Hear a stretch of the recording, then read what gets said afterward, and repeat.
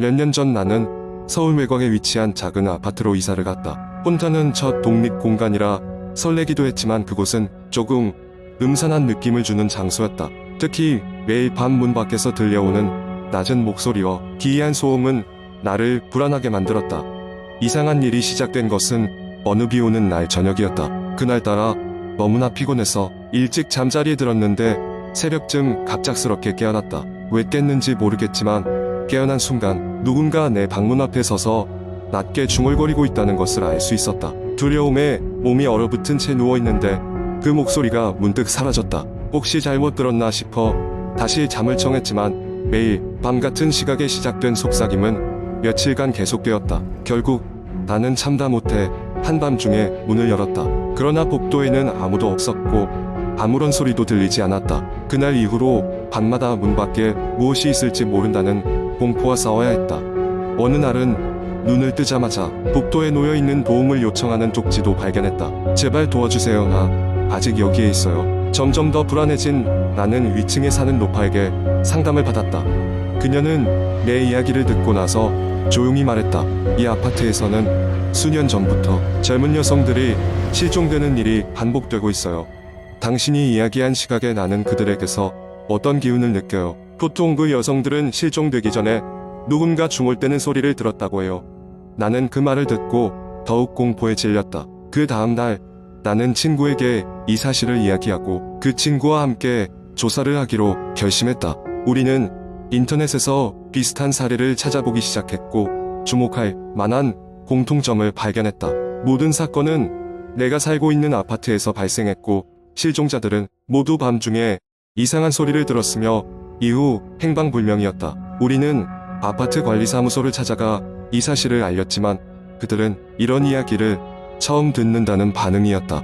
실망스러웠지만 우리는 포기하지 않고 복도에 CCTV를 설치하기로 했다. 며칠 후 CCTV를 확인하던 우리는 충격적인 영상을 발견했다. 한밤중에 누군가 복도를 지나갔고 카메라에는 초점이 흐려져 얼굴이 식별되지 않았지만 어렴풋하게 중얼거리는 소리가 녹음되어 있었다. 그것은 분명 나를 겨냥한 메시지였다. 우리는 이 영상을 경찰에 신고했고 경찰은 이에 관한 조사를 시작했다. 그러나 끝내 실마리를 찾지 못한 경찰은 사건을 난해하게 정리했다. 무력감에 빠져든 나는 이사를 결심하게 되었고 그날 밤 이사 준비를 하던 중 이상한 것을 발견했다. 벽장 구석에 숨겨진 작은 통로였다. 통로는 위층까지 이어졌고 그곳에는 옛날 사건에 대한 기록들이 널려 있었다. 마치 이 모든 것이 하나로 연결된 것처럼 보였다. 나는 즉시 경찰에 연락했고 그들은 이 통로가 범인의 은신처로 사용되었을 가능성을 조사하기 시작했다. 결과적으로 범인은 오래전부터 이곳에서 사는 주민으로 밝혀졌고 자신의 범행을 은폐하기 위해 이 혼란스러운 구조를 활용했던 것이다. 이후 어느 정도 시간이 흐른 뒤 나는 이사가 끝난 이 아파트에 대한 소식을 인터넷 뉴스로 접하게 되었다. 미스터리한 실종사건, 진실이 밝혀지다라는 헤드라인이 눈에 들어왔고 나는 다시금 그 밤의 공포를 떠올리게 되었다. 십수년이 지난 지금도 때때로 그 장소에서 들리던 속삭임이 환청처럼 들리는 듯하다. 다만 이제는 그 소리를 쫓아올 공포는 없다는 것을 알기에 가벼운 마음으로 그 시절을 회상할 뿐이다. 두 번째 이야기, 서론 어느 여름밤 나는 인터넷에서 자주 보던 공포 게시판을 둘러보고 있었다. 장마철이라 비가 내리고 있었고 창문 너머로 들려오는 빗소리는 오히려 공포 분위기를 더 증폭시키고 있었다.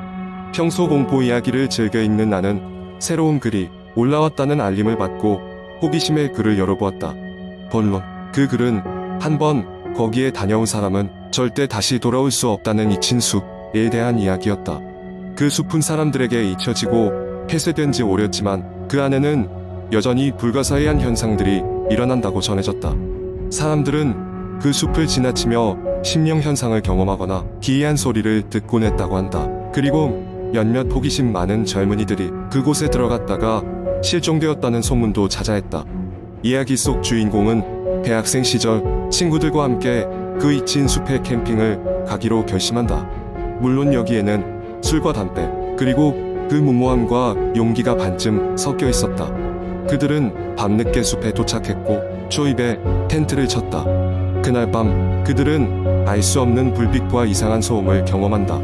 어떤 불빛은 숲속 깊은 곳에서부터 서서히 다가온 듯했고, 소음은 멀리서부터 점점 가까워지는 듯했다. 잠에서 깬 주인공은 텐트 밖으로 나와 그 원인을 찾기 시작했다. 그때 그는 무언가 움직이는 그림자들을 보게 된다.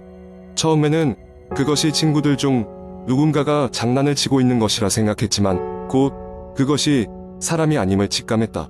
그림자들은 마치 그를 부르는데 조용히 솔짓하고 있었다. 다음 날 아침, 주인공과 친구들은 숲을 떠나기로 한다. 그러나 이상하게도 숲을 빠져나가는 길을 찾을 수 없었다. 분명 흰노의 길을 따라왔지만 어느새 낯선 곳을 헤매고 있었다. 그들은 점점 지쳐갔고 점심때가 되어도 출구를 찾지 못했다. 밤이 되자 다시 이상한 소음과 함께 불빛이 나타났다. 이번에는 더 크고 강렬했다. 그리고 나무들 사이에 나타난 형체 없는 검은 그림자들이 그들 주위를 서성거리고 있었다. 친구들은 공포에 질려 서로를 놓치지 않으려 했었지만 어느 순간 절대적으로 홀로 남겨져 버렸다. 주인공은 움츠린 채 그 자리에 서서 무작정 아침 해가 뜨기를 기다렸다. 그러나 어쩐지 시간이 더 이상 흐르지 않는 듯한 착각에 빠져들었다. 빛이 전혀 없는 캄캄한 어둠 속 오직 그를 감싸려 하는 알 수 없는 존재들만이 느껴졌다. 그리고 다음날 아침 숲의 출입구에서 그는 혼자 발견되었다. 친구들은 보이지 않았고 그 어떤 흔적도 찾을 수 없었다. 마치 처음부터 혼자였던 것처럼 날이 밝자 모든 것이 잊혀진 듯했다. 그는 경찰에 신고했지만 사건은 미궁에 빠졌고 그 어느 누구도 숲에 다시 들어가려 하지 않았다. 결론 몇 년이 지나도 그 일은 그의 마음속에 공포로 가득 차 있는 기억으로 남아있었다. 사람들은 여전히 그 숲에 대해 이야기하며 겁을 주곤 했다. 주인공은 더 이상 그 숲을 찾거나 친구들을 찾으려 하지 않았다. 다만 어느 날 문득 그날 밤에 들었던 이상한 소음이 다시금 귓전에 울리며 그를 불안하게 만들곤 했다. 그렇게 잊히지 않은 그날 밤의 기억은 그 숲의 이름처럼 사람들 사이에 오래도록 잊힌 숲의 전설로 남았다. 세 번째 이야기. 2007년의 어느 여름날, 나는 대학교 기숙사에 막 입주한 신입생이었다. 처음으로 독립한 생활이라 설레기도 했지만 혹여나 외로울까 걱정되기도 했다. 이사를 마친 후 나는 기숙사 주변을 돌아보며 새로운 환경에 적응하기 위해 산책을 나갔다. 기숙사는 꽤 오래된 건물이었고 어딘가 빈티지한 느낌이 풍겼다. 나는 그렇게 기숙사를 둘러보다가 우연히 건물 뒤편에 위치한 낡고 오래된 수도탑을 발견하게 되었다. 수도탑은 오랜 세월의 흔적으로 녹이 슬고 주변에는 아무도 관리하지 않는 것처럼 잡초가 무성했다. 언뜻 보기에도 몇십 년은 된 듯한 모습이었다. 호기심이 생긴 나는 가까이 다가가 보았다. 수도탑 문은 녹슨 자물쇠로 굳게 잠겨 있었고 주위에는 접근 금지를 알리는 표지판들이 곳곳에 붙어 있었다. 하지만 젊은 혈기에 넘쳐있던 나는 그 표지판을 무시하고 수도탑 주위를 어슬렁거리며 무엇인가 특별한 발견이라도 할 수 있을지 기대했다. 그때였다. 무언가 이상한 소리가 들려왔다. 처음에는 바람이 불면 아는 소리라 생각했지만 금세 그것이 누군가의 흐느끼는 소리라는 것을 깨달았다. 깜짝 놀란 나는 소리가 오는 방향을 살펴보았지만 주변에는 아무도 없었다. 순간 등골이 오싹해졌지만 나는 스스로를 다독이며 소리가 착각일 거라며 믿기로 했다. 며칠 후 기숙사에서 같은 층을 사용하는 학생들과 친해지게 되었다. 그들과 함께 저녁 식사를 하던 중 자연스레 수도탑 이야기가 나왔다. 한 친구가 수도탑에 얽힌 무서운 이야기를 알고 있다며 말문을 열었다. 사실 저 수도탑에는 오래된 전설이 있어. 옛날에 한 여학생이 수도탑 근처에서 실종됐던 사건이 있었는데 그 이후로 수도탑 근처에서는 이상한 소리가 들린다는 거야. 그래서 학교 측에서 그곳을 봉인하고 아무도 접근하지 못하게 했다고 하더라고. 이야기를 듣고 있던 다른 친구들이 하나둘씩 자신이 알고 있던 소문을 덧붙이며 분위기는 점점 오싹해졌다. 나는 그 이야기가 단순한 학교 괴담이라고 생각하면서도 얼마 전 들었던 그 흐느끼는 소리가 계속 떠올라 기분이 찜찜했다. 그리고 그날 밤 나는 끔찍한 악몽을 꾸었다. 꿈속에서 나는 혼자 수도탑을 다시 확인하러 왔다. 어두운 밤 흐린 달빛 아래서 나는 수도탑 문 앞에 서 있었다. 그때 갑자기 뒤에서 누군가 나의 이름을 부르는 소리가 들렸다. 나는 천천히 뒤를 돌아보았고 그곳에는 형태를 알 수 없는 검은 그림자가 서 있었다. 그림자는 곧 형태를 바꾸며 점점 나에게 다가왔다. 나는 두려움에 몸이 얼어붙어 도망칠 수조차 없었다. 그리고 그 순간 꿈에서 깨어났다. 가슴이 심하게 뛰고 땀으로 젖은 채였다. 하지만 그 꿈을 계기로 나는 수도탑의 전설에 더욱 관심을 가지게 되었고 결국 친구들과 함께 진실을 파헤치기로 결심했다.